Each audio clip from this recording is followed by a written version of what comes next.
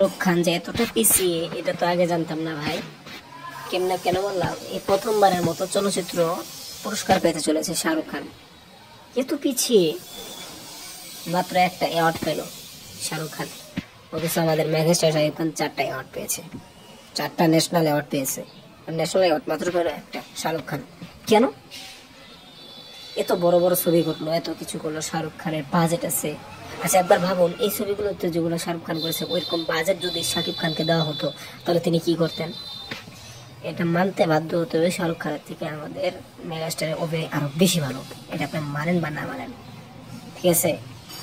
আমাদের শাহরুখের অভিনয় অনেকটা সুন্দর এবং ভালো, এবং পিছিয়ে আছে শাহরুখ খান, এটাই 100% শিওর। আপনি মানুন বা না মানুন, শাকিব ভাইয়ের থেকে শাহরুখ খান এক ইয়ার্ডের দিকে পিছিয়ে আছে। কিন্তু টাকা পয়সা বেশি তো, এই জন্য ছবির বাজেটও বেশি, দেশটাও বড়, তো যাক।